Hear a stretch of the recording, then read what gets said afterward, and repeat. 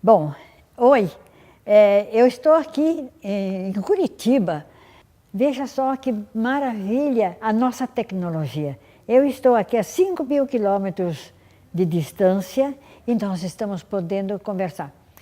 Pena que eu não estou podendo ver vocês, mas vocês estão me vendo. E eu vou tentar falar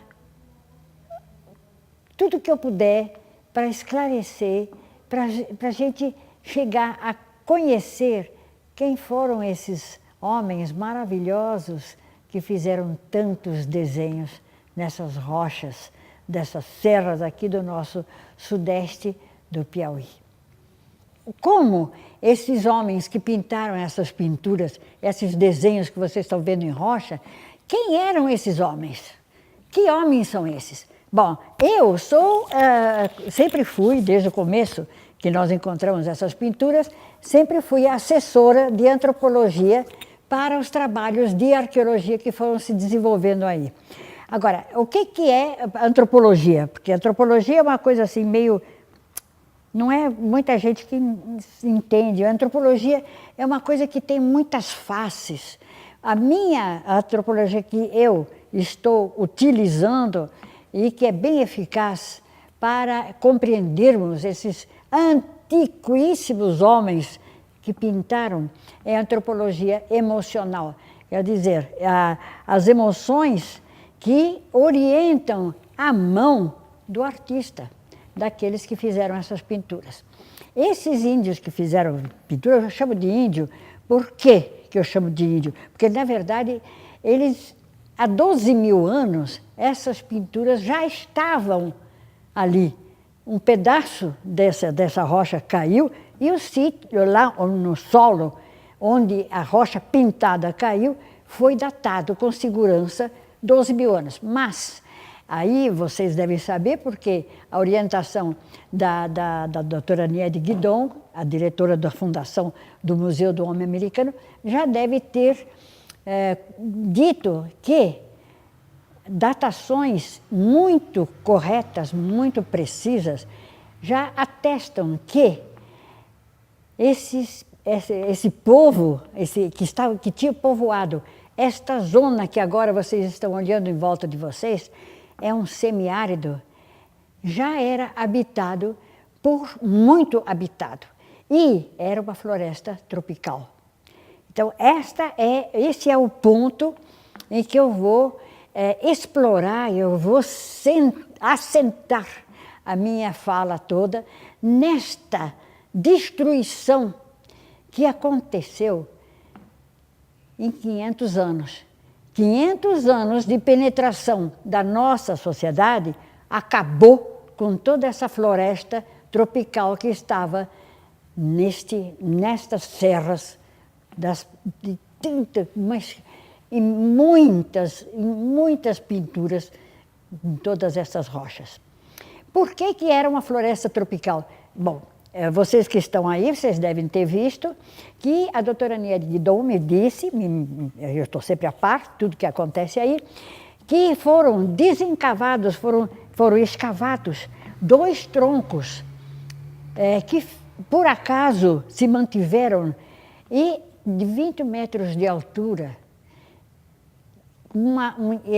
árvores de uma vegetação muito exuberante, senão essas árvores não poderiam estar aí. Bom, em todo caso, o que é certo é que toda essa vertente atlântica das Américas foi uma região, como é que a gente pode dizer, toda essa vertente, toda essa parte atlântica das Américas foi povoado por pessoas, por homens sapiens, quer dizer, como nós, que nunca construíram cidades, torres e pirâmides, como aconteceu com o México e como toda aquela ala do Pacífico das Américas. Então, nós temos na América 2 lados. Um lado que é toda essa vertente de sociedades que nunca usaram nunca dominaram o homem, nunca escravizaram o homem para que ficassem construindo pedras sobre pedra, como do outro lado das Américas. Agora, na verdade, todos os arqueólogos estão de acordo que não se encontrou vestígio de pirâmides, de cidades, de troncos, de civilizações em toda essa área da América do Sul. O que significa isso? Significa que são povos que não que têm uma índole, que tem uma maneira de ser diferente, fundamentalmente diferente desses outros povos e, principalmente, diferente de nós. Nós somos uma civilização que cultiva o tempo. Para nós, o tempo é importante. Então, existe, por exemplo, a gente pode pensar que existe tempo e espaço, que são coisas ligadas. Mas, nas civilizações que hoje são as civilizações indígenas, e essas civilizações todas dessa ala do Atlântico, são pessoas, são povos que pensam, em primeiro lugar, no espaço. São gente do espaço. E nós somos gente do tempo. Para nós, o tempo é mais importante do que o espaço. Para eles, o espaço é mais importante que o tempo. Bom, tendo caracterizado assim, dessa maneira, muito primariamente, todos esses povos que são parecidos, eu ia dizer muito parecido com os artistas dessas pinturas rupestres que nós estamos vendo e que vocês estão vendo. Eu conheço porque eu estive aí em 1970, foi a primeira vez que eu vi essas pinturas todas em companhia da doutora Nieri Guidon. Naquele tempo eu era ruiva, passou o tempo, e eu era conhecida como a mulher do cabelo laranja. Então, depois disso, eu lecionei na Universidade Federal do Piauí e até me aposentar, quando eu vim aqui para Curitiba. Bom, então, o importante é o que significa essas sociedades tão diferentes, o que elas têm em comum? São todas, como todos os homens atuais, e a antropologia, ela não se preocupa com homens de outras espécies. Isso é da paleontologia. A antropologia estuda o homem como ele é hoje, aqui, agora, os sapiens. E como é que a gente reconhece os sapiens? Eu pedi para a doutora Nieri Guidon distribuir 3 quadros, que é mais para a gente ter uma... Eu não gosto muito de PowerPoint, porque a gente fica meio distraído. Mas o que acontece é o seguinte, o Homo sapiens, o sapiens, é uma espécie, o mundo todo, no planeta, só existe uma espécie. Como é que a gente pode definir essa espécie? Definir é reconhecer os seus atributos essenciais e os limites com outras espécies. Bom, então, esse Homo sapiens tem uma postura ereta, francamente ereta. Não é nem assim, nem assim, nem assim. É francamente ereta, com a face plana. É face plana e o olhar e a rotação da cabeça tem uma rotação e de cima para baixo, que isso é bem típico dessa espécie. E também os olhos nas órbitas. Então, isso faz com que esse homem, a primeira coisa assim, que ele sente e que ele sabe que existe, é o círculo. Ele está no centro. Isso é o que a gente diria antropocentrismo. Ele se põe no centro do seu mundo. E ele olha todos os lados e vê o círculo de cima para baixo. E forma uma cruz. Essa forma circular e a forma que corta a cruz são formas que o homem atribui uma importância muito grande, principalmente quando ele se coloca no espaço. Ele está no centro. Quando a gente fala, por exemplo, as cidades da civilização ocidental, vamos para o centro de Paris, o centro de Londres, o centro de Curitiba. Que centro é esse? É uma maneira de falar circular, o centro. E a cruz é uma coisa importante. Eu não estou falando de crucifixo, a cruz de braços iguais. É aquela cruz que os navios, quando foram percorrer o mundo, os navios tinham na vela aquela cruz com os traços iguais. A cruz é muito importante. Como se diz, forma que é subliminar. A gente sabe que existe uma cruz e o círculo é muito importante. Então, essas duas formas mostram que este homem atribui uma simbologia e uma emoção a essas duas formas. Tem mais uma coisa que é um atributo essencial do Sapiens, é a forma da mão.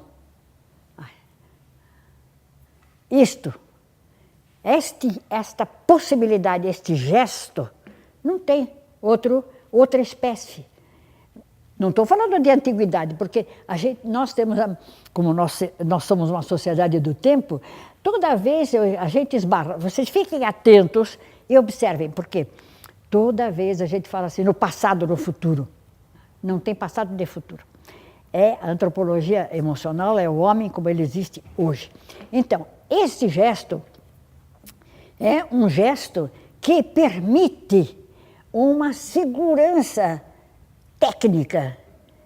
E com isto, este homem pode dominar o fogo. E o domínio do fogo é o início de toda a tecnologia, inclusive essa que nós estamos hoje, aqui. Eu falando com vocês, nessa distância. Essa só foi possível porque o homem tem esta forma da mão. Este é o gesto do domínio do fogo. E o domínio do fogo, o fogo, então tem também uma emoção, ele tem, atribui-se o fogo, a chama, a luz da sabedoria que a gente fala. É o fogo, a paixão, é aquilo que anima este homo, o sapiens, que é o homo hoje, que nós estamos aqui. E nós e os autores das pinturas que nós estamos vendo nas paredes rochosas deste sudeste do Piauí, hoje semiárido. Esse semiárido, ele só se tornou isso que nós estamos vendo agora, devido à força desta sociedade ocidental que cruzou o oceano e plantou cana-de-açúcar, explorando essa terra para levar para a Europa. E o gado que foi trazido para alimentar os trabalhadores dessas plantações de açúcar, e eu falo de Pernambuco, que foi uma instalação, e também no sul. Mas vamos nos ater a essa parte aqui, do norte, Pernambuco, porque tem uma relação direta conosco. Ora, o que aconteceu? Nesse momento em que os holandeses ou portugueses, mais portugueses, porque os espanhóis foram para o outro lado, né? O mundo foi dividido pelo Papa em dois, o mundo português e o mundo europeu. Então, estes trabalhadores que vieram explorar, eles não conseguiram captar os habitantes para trabalhar para eles.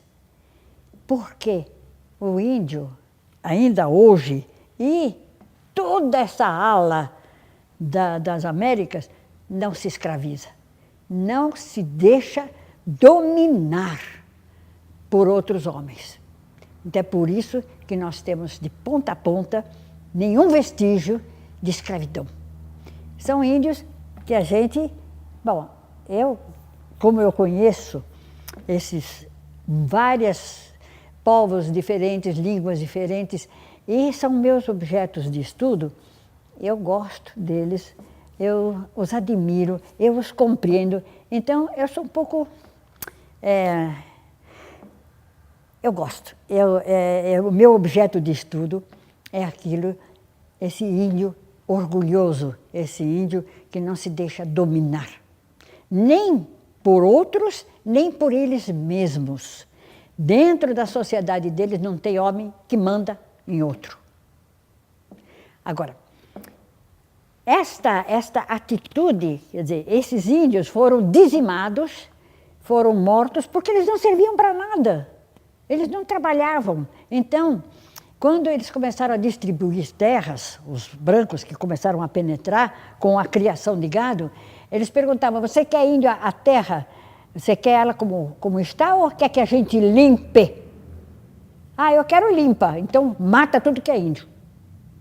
Então foi assim que desapareceram todos os índios desta ala do Piauí, desta faixa de Pernambuco que foi entrando. Agora, os índios que eu mais conheço e com os quais eu trabalhei em mais tempo, eu fiquei 9 anos indo todos os anos até lá no Tocantins, norte de Goiás, né, que agora foi separado, o estado do Tocantins, e esses índios eu conheci e eles me elegeram como embaixadora deles. Veja, é o contrário. Quer dizer, a gente manda o embaixador nosso para outros povos.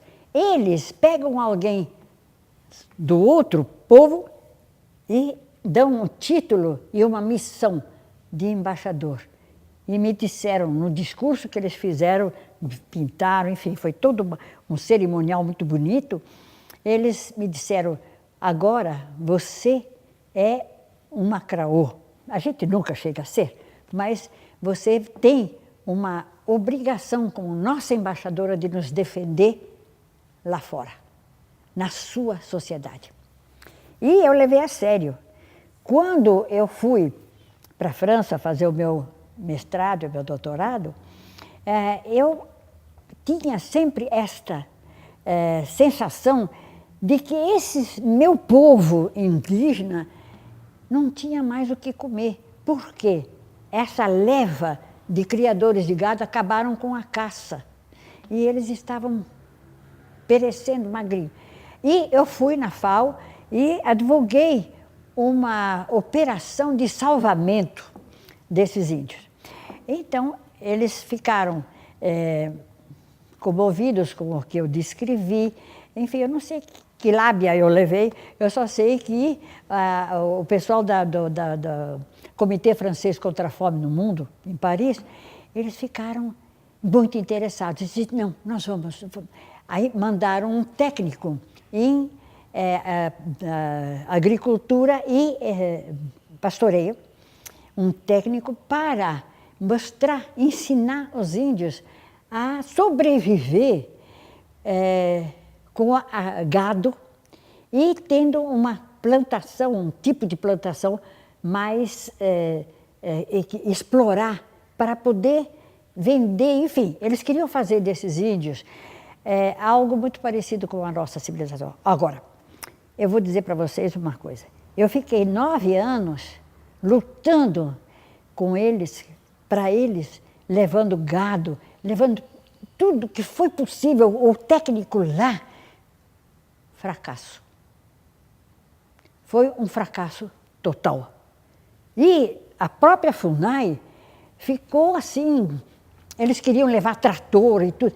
Enfim, foi uma coisa assim incrível que caiu a ficha. Tuc. Com tudo isso, eles nunca... Eles diziam tudo sim. Ah, queremos. Vamos, muito bem. Mas não faziam nada para aceitar, fazer, se transformar. Por quê? Impossível. Não está na índole deles, eles de se tornarem criadores de gado. Porque isso seria, agora, depois que eu compreendi, dominar a natureza. Eles não dominam. Por quê? Porque todos esses índios, eles têm uma maneira de ver a natureza a partir da sua sociedade.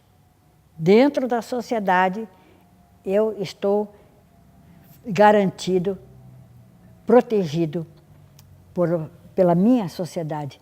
E nós, homens, temos que agredir a natureza para sobreviver. E essa natureza, ela tem forças sobre-humanas. Essas forças sobre-humanas que impregnam essa natureza, elas são agressivas, elas não gostam do homem. Então, o homem tem medo dessa natureza. Essa de ter medo é uma outra faceta importante, emocional do sapiens. Todo o homem, sapiens, nós, eles, base, sabemos que somos um elo da cadeia alimentar.